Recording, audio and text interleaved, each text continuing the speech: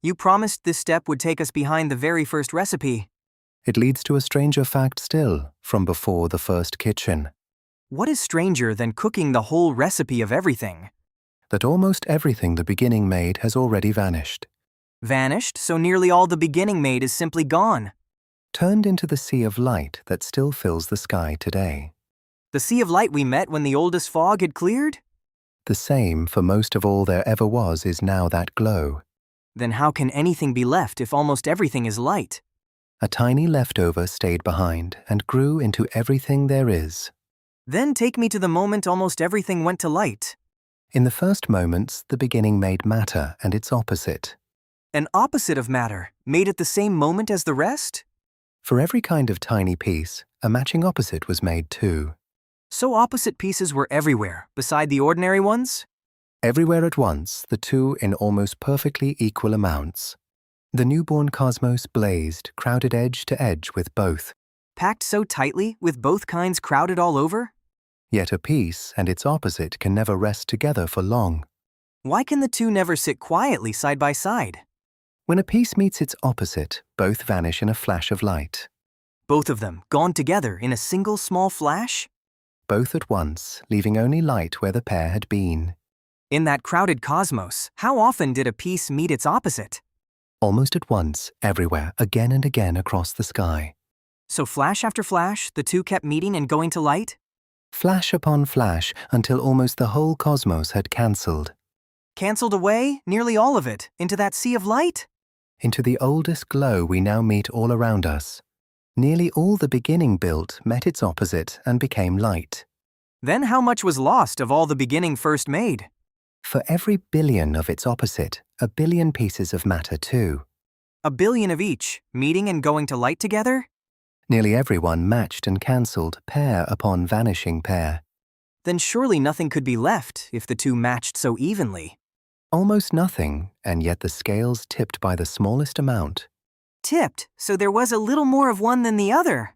For every billion of its opposite, a billion and one of matter. One extra piece of matter in every whole billion of them? Just one, and that single spare had no opposite left to meet. So the one spare piece stayed, while its neighbors went to light? It stayed behind, one quiet survivor for every billion cancelled. About one extra piece in every billion was all the matter that stayed.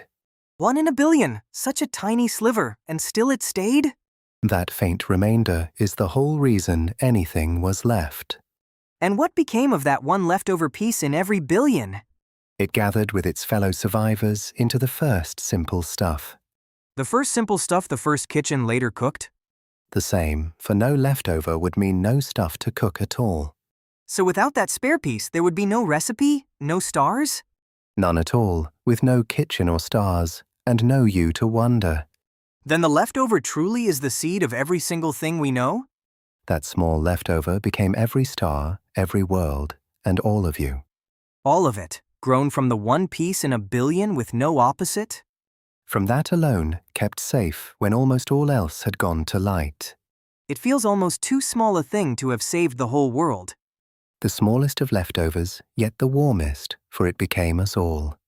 But why was there a leftover at all, if the two were made so evenly? Ah, now you have found the oddest puzzle in the whole story. Do we truly know why the one side won by that single piece? Here I must be honest with you, as I promised at the start. So this is not a thing we can simply look up and know. That there was a leftover we know for certain and can check. But the reason the scales tip toward matter, even a little? That no one yet knows, and it is one of our truest open questions. No one at all in all the long years of careful looking? Not yet, though many thoughtful people are working on it now. Then how do you hold a question that no one has answered? Gently and gladly, for an open question is a wonderful thing. Are there guesses at least for why one side came out ahead? 2 honest guesses, and both are still wide open before us. What is the first of the 2 open guesses? That the beginning began with a tiny built-in lean toward matter. And the second, if it did not lean from the very start? That it started perfectly even and some early moment tipped it. And which of the 2 is the true one then? That is exactly the part we cannot yet say and would not pretend. so we can be sure of the leftover, yet not of the reason. Why the scales tipped toward matter is a question we still hold open.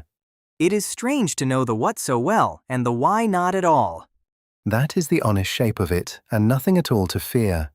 Then tell me plainly, which parts here are firm and settled?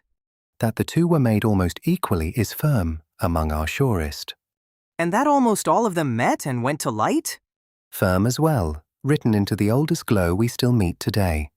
And that a tiny leftover stayed and grew into everything? Firm again, for it is the stuff of every star and world.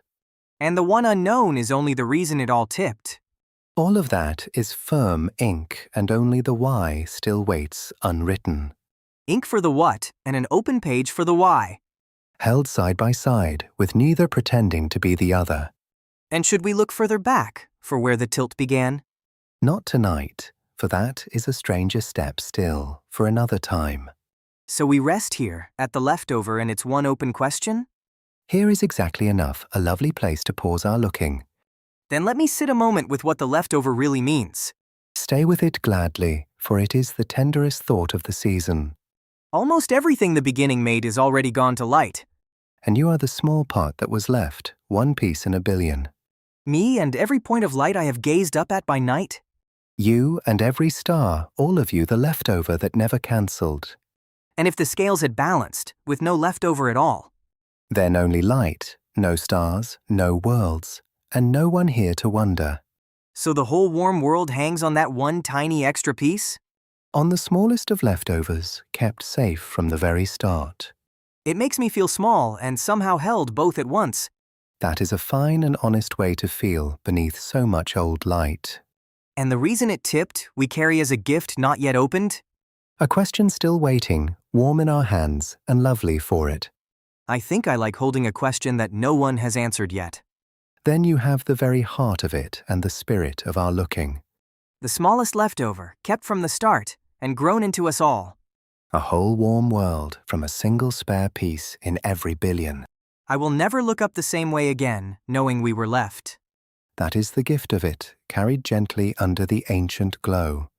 So where does the next gentle step lead us from here?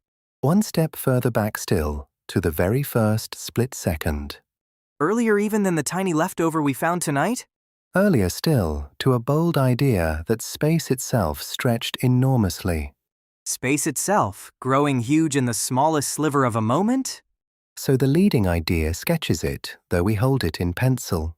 A pencil sketch then, and not yet a firm and settled thing? For now, a lovely guess, one we will meet with open eyes.